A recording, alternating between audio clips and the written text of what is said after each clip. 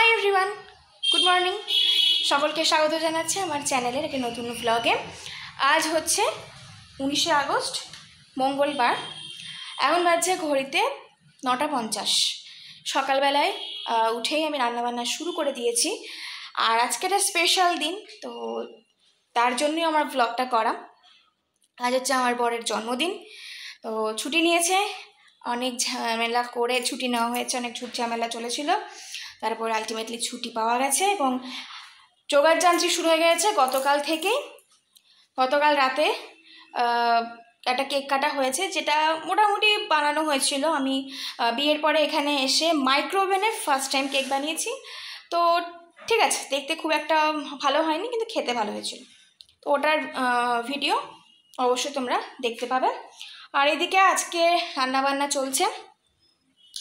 Already আমার ডাল, আলু সিদ্ধ, ও যেহেতু আলু সিদ্ধ খেতে ভালোবাসে, মুগের ডাল খেতে ভালোবাসে, তো ওই জন্য আলু সিদ্ধ মুগের ডাল করেছি। আর ভাদ্র মাসে আমার মা বলে দিয়েছিল যে ভাদ্র মাসে যাদের জন্ম তাদেরকে একটু ওল, তাল আর তেঁতুল খেতে হয়। সো কালকে ফার্স্ট পয়লা ভাদ্র হয়ে গেছে, ওই জন্য কালকে আমরা একটু ফুচকা খেয়েছিলাম। অলরেডি তেঁতুল খাওয়া হয়ে গেছে। তালের বড়া আমি বাড়িতে বানিয়েছি, সেটা আমি তোমাদের সাথে পরে শেয়ার করব। আর আজকে ওল সিদ্ধ করেছি, আর আলু সিদ্ধ ভালোবাসে, তাই এদিকে আলু সিদ্ধ, ওল সিদ্ধ, আলু পোস্ত, ডাল ডান। এদিকে এখন চিকেন হবে, চলো তোমাদের সাথে শেয়ার করছি। এই দেখো চিকেনটা হবে। চিকেনটা ভালো করে ধুতে হবে, ফ্রিজে রাখা ছিল, একদম জমে বরফ হয়ে গেছে। এখানে মশলা বাটা হয়ে গেছে, এখানে অনেক খোসা নোংরা টোংরা পড়ে আছে। যাই হোক, এগুলোকে একটু স্কিপ করে যাও, দেখো না।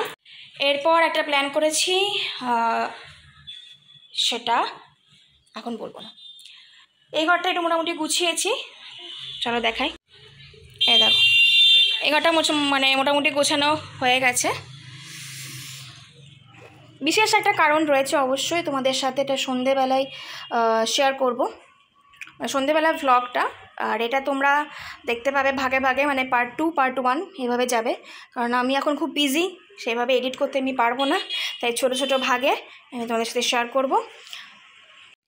ও এখন গেছে মিষ্টি আনতে, ঠাকুরের মিষ্টি আর ওর খাবারের মিষ্টি। এবার আমি একা কত দিকে সামলাবো বলো, তো ওই জন্য আমি বললাম আমি এদিকটা সামলে নিচ্ছি, তুমি একটুখানি মিষ্টিটা নিয়ে এসো।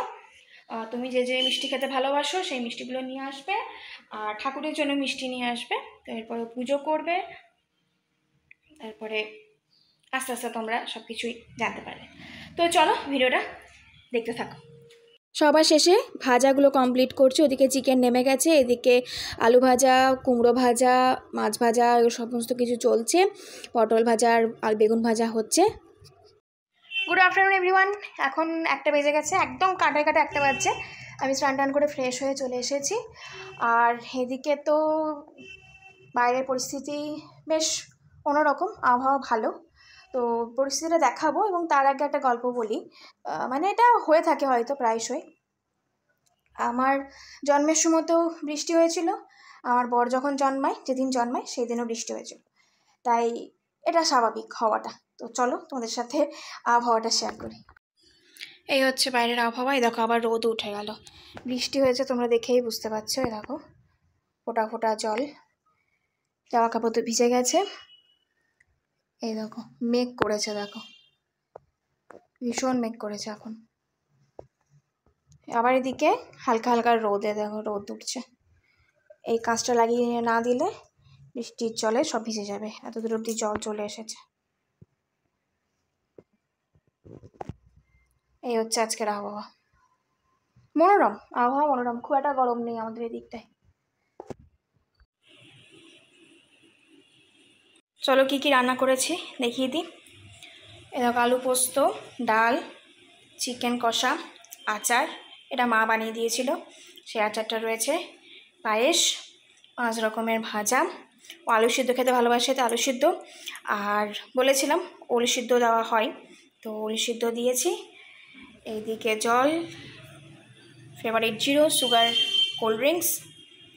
ওর সবথেকে এই প্লেটটা হবে প্রিয়, যেখানে মিষ্টি দই এবং এত রকমের মিষ্টি রয়েছে। এখনও খেতে বসেছে, এবং আমি ওকে জিজ্ঞাসা করছি যে পায়েসটা কেমন হয়েছে। ও তো বেশ ভালোই বললো, তবে মিষ্টিটা একটু কম হয়েছে।